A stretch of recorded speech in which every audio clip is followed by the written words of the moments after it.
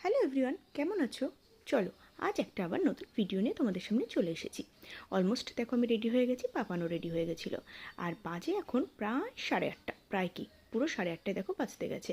এত রাত্রে এখন আমরা বেরোবো। ও বলাই তো হলো না, দিনটা ছিল ফাদার্স ডে।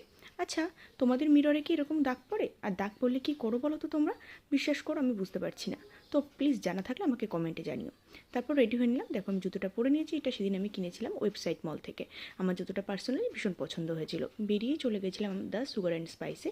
এখানে পাপা নিয়ে নিয়েছিল একটা সিম্পল চকলেট কেক, আর আমি কিন্তু এই বাবুজির কেকগুলো খেতে ভীষণ ভালোবাসি। আমার মতন বাবুজির কেক খেতে কে কে ভালোবাসো আমাকে একটু কমেন্টে প্লিজ জানিও তো। এখনও কিন্তু এগুলোর টেস্ট সত্যি অনবদ্য।